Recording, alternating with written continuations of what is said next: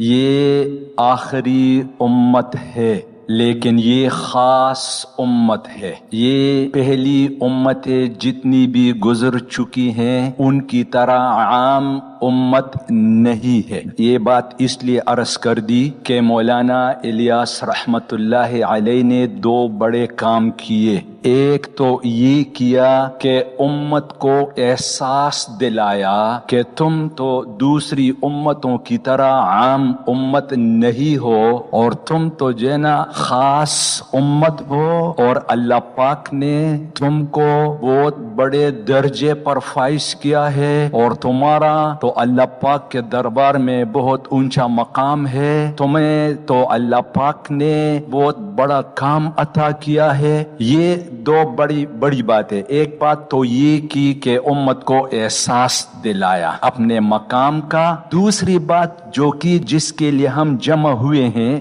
دوسرا کام یہ کیا کہ امت کو اپنے مقام کا مقصد بتایا کہ یہ کام اللہ پاک نے تمہارے ذمے لگایا ہے۔ دھرتی پر اس سے اونچا اور کوئی عمل نہیں ہے، اور وہ مبارک محنت جس کے لیے پہلے زمانے میں صرف انبیاء علیہ الصلاۃ والسلام کی جماعت مخصوص تھی، وہ کام عطا کیا ہے۔ کام کی طرف اشارہ کیا اور نہج کی طرف اشارہ کیا، اور طرز اور طریقے کو بھی بتایا، دکھایا عملاً۔ یہ دو بڑے کام کیے، اور جس کی وجہ سے الحمدللہ امت واپس اپنے مقصد پر کام پر آ رہی ہے۔ مولانا احمد صاحب رحمت اللہ علیہ نے فرمایا، بھائی اور دوستو، یہ عام امت نہیں ہے۔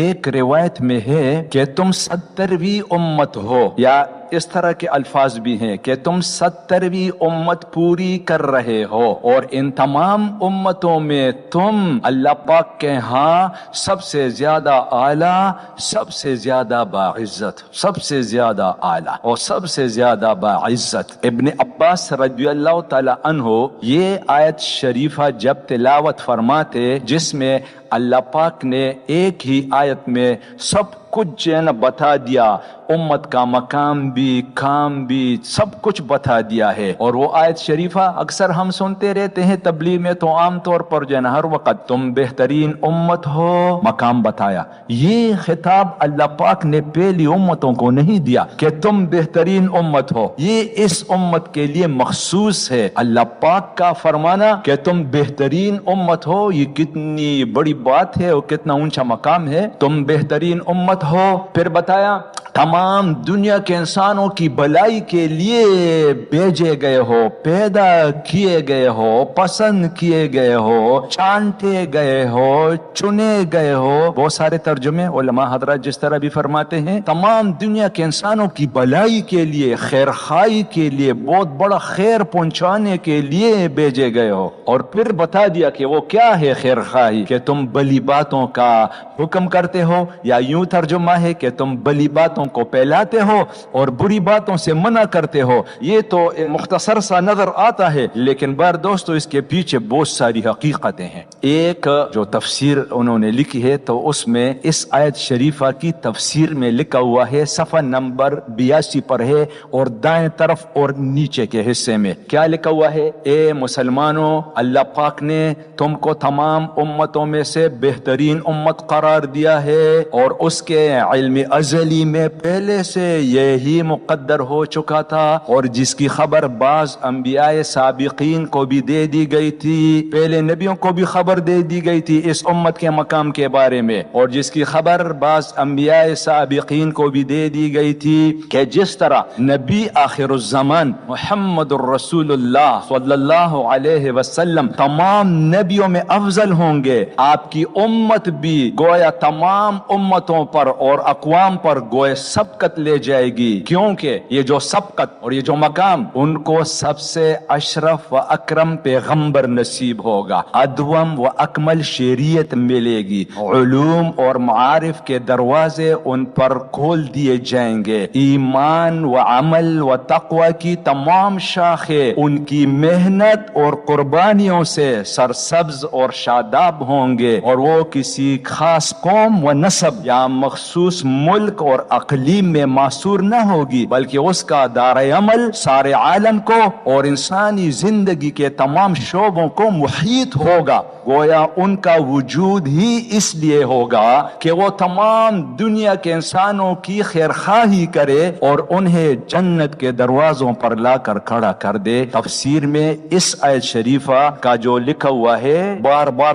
دیکھنا، بار بار سننا بھی، تاکہ اپنی زندگی کا مقصد جو ہے نا ہمارے سامنے آئے اور پھر ہم اس پر آ بھی جاویں. صرف یہ نہیں، ایک اثر کے بیان میں بھائی مشتاق صاحب رحمت اللہ علیہ نے فرمایا جس غرض کے لیے پہلے زمانے میں اللہ پاک نے نبیوں کو بھیجا تھا اسی مقصد کے لیے اللہ پاک نے اس امت کو بھی بھیجا ہے. امت کو اپنا مقام معلوم نہیں. بھائی اور دوستو، دو بڑے فیصلے ہوئے حضور صلی اللہ علیہ وسلم کے آنے پر. ایک فیصلہ یہ ہوا کہ یہ نبی بس یہ آخری نبی حضور صلی اللہ علیہ وسلم، اور یہ ایسا فیصلہ علماء حضرات فرماتے ہیں یہ قیامت کی نشانیوں میں سے کہ یہ اعلان جو ہو گیا قیامت قریب آ گئی. یہ بھی فرماتے ہیں علماء حضرات کہ یہ نشانی ہے کہ دنیا نے کوچ کا اعلان کر دیا، یعنی دنیا اختتام کے قریب پہنچ گئی. حضور صلی اللہ علیہ وسلم کے نبی ہونے پر اور یہ اعلان ہونے پر ایک ہے ظاہری نظام، ایک ہے غیبی نظام، اللہ پاک کا نظام، وہ اللہ پاک کے علم میں ہے. ایک فیصلہ یہ جو ہوا تو اس کے ساتھ ساتھ اور بھی فیصلے ہوئے اسی ایک فیصلے کے ساتھ. اچھا، پھر دوسرا بڑا فیصلہ وہ امت کے بارے میں ہے، عرض کرتے ہیں انشاءاللہ. علماء حضرات سے سنا، بزرگوں سے سنا. ایک فیصلہ یہ کہ یہ نبی آخری نبی، لیکن یہ نبی عالمی نبی ہے، اور جو ہے نا تمام دنیا کے جتنے ممالک ہیں ان سب کے لیے نبی ہے، اور جو ہے نا جتنے بھی انسان ہیں تمام مردوں کے لیے نبی، تمام عورتوں کے لیے نبی، تمام جنات کے نبی، قیامت تک آنے والا آخر انسان اس کے بھی نبی محمد الرسول اللہ صلی اللہ علیہ وسلم. اور جو ہے نا فرمایا تمام جنات کے بھی نبی، تمام مخلوقات کے بھی نبی. ایک صحابی رضی اللہ تعالی عنہ، اس کے باغ میں اونٹ بدک گیا، بے قابو ہو گیا، اور کوئی باغ میں داخل نہیں ہو سکتا تھا اور وہ قابو نہیں کر سکتا تھا. تو وہ تو سیدھا چلا حضور صلی اللہ علیہ وسلم کی خدمت میں، جی میرا باغ اور اس میں اونٹ اور بدک گیا اور بے قابو اور کوئی داخل نہیں ہو سکتا. حضور صلی اللہ علیہ وسلم ساتھ چلے اور جو ہی جو ہے نا باغ میں داخل ہوئے تو وہ اونٹ جو ہے نا دور سے وہ دیکھا تو سیدھے آیا اور حضور صلی اللہ علیہ وسلم کے سامنے بیٹھ گیا. حضور صلی اللہ علیہ وسلم نے مہار جو ہے نا ڈال دی اور اس کے ہاتھ میں تما دی. تو وہ تو بڑا حیران، عجیب بات کہ ابھی تو جو ہے نا ہم باغ میں داخل نہیں ہو سکتے تھے اور ابھی اس طرح. تو اس نے سوال کیا حضور صلی اللہ علیہ وسلم یہ اونٹ آپ کو پہچانتا ہے کہ آپ اللہ پاک کے نبی ہیں، رسول ہیں؟ حضور صلی اللہ علیہ وسلم نے فرمایا، ارشاد کا مفہوم، تمام مخلوق مجھے پہچانتی ہے کہ میں اللہ پاک کا رسول ہوں، سوائے کافروں میں سے جو انسانوں میں سے ہیں اور جنات میں سے ہیں وہ نہیں جانتے، باقی تمام مخلوق مجھے پہچانتی ہے کہ میں اللہ پاک کا رسول ہوں. مولانا الیاس رحمت اللہ علیہ فرمایا کرتے تھے نبی نبی سب نبی، لیکن ہمارے اور آپ کے نبی سارے نبیوں کے بھی نبی. ایک تو امت کو جو مقام ملا ہے نا وہ تو علیحدہ اپنا، اور ایک جو ہے نا حضور صلی اللہ علیہ وسلم کا امتی ہونا یہ اور بڑی فضیلت ہے. حضور صلی اللہ علیہ وسلم کے ارشاد کا مفہوم ہے کہ اللہ پاک نے فرشتے مقرر کیے ہیں اور جو ہے نا وہ میری امت کی طرف سے مجھے سلام پہنچاتے رہتے ہیں. یعنی درود شریف جو پڑھے تو جو ہے نا اس کا نام اور اس کے والد صاحب کا نام یہ لے کے فرشتہ وہاں پہنچاتے ہیں، فلاں کا بیٹا. یہ درود شریف کتنی بڑی نعمت ہے اس امت کے لیے. جمعے کے دن تو سیدھے جو ہے نا پہنچایا جاتا ہے، اور دنوں میں نظام ہے جس طرح بھی فرماتے ہیں ایک درود شریف پڑھ لیا صلی اللہ علیہ وسلم، اتنا. باقی درود بھی ہیں، بہت سارے ہیں، جزا اللہ عنا محمد ما هو اہلو. نے فرشتوں کو کتنے دنوں کے لیے فضیلت سب کو یاد ہے. تو فرمایا کہ جو ہے نا سلام پہنچاتے رہتے ہیں. پھر فرمایا میری زندگی بھی تمہاری لیے خیر کا سبب، اور جو ہے نا میری وفات بھی تمہاری لیے خیر کا سبب. پھر فرماتے ہیں کہ کس طرح کہ میں جب وفات پا جاؤں تو اس کے بعد جو ہے نا قبر میں تمہارے اعمال پیش کیے جائیں گے، تو اس میں جو نیک اعمال ہوں گے تو میں اللہ پاک کا شکر ادا کروں گا کہ اللہ پاک کی توفیق سے یہ ہوا، اور اگر برے اعمال تو پھر کیا فرمایا، پھر میں تمہارے لیے استغفار کروں گا.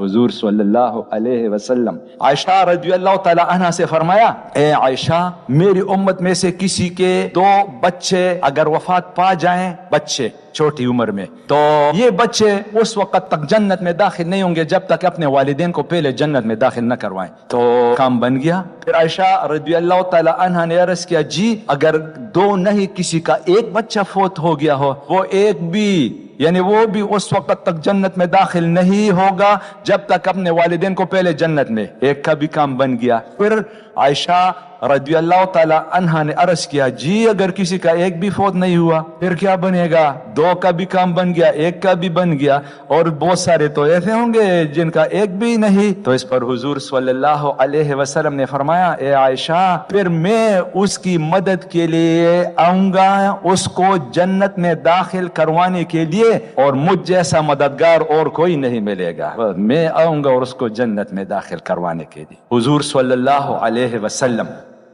یہ بیان ہے جی بھائی تسلیم بابر صاحب رائیونڈ مرکز میں مقیم ہے. ماشاءاللہ بڑی خوبصورت بات بیان فرمائی ہے. مزید بیانات کے لیے ہمارے یوٹیوب چینل بیانات کلپس کو سبسکرائب کریں.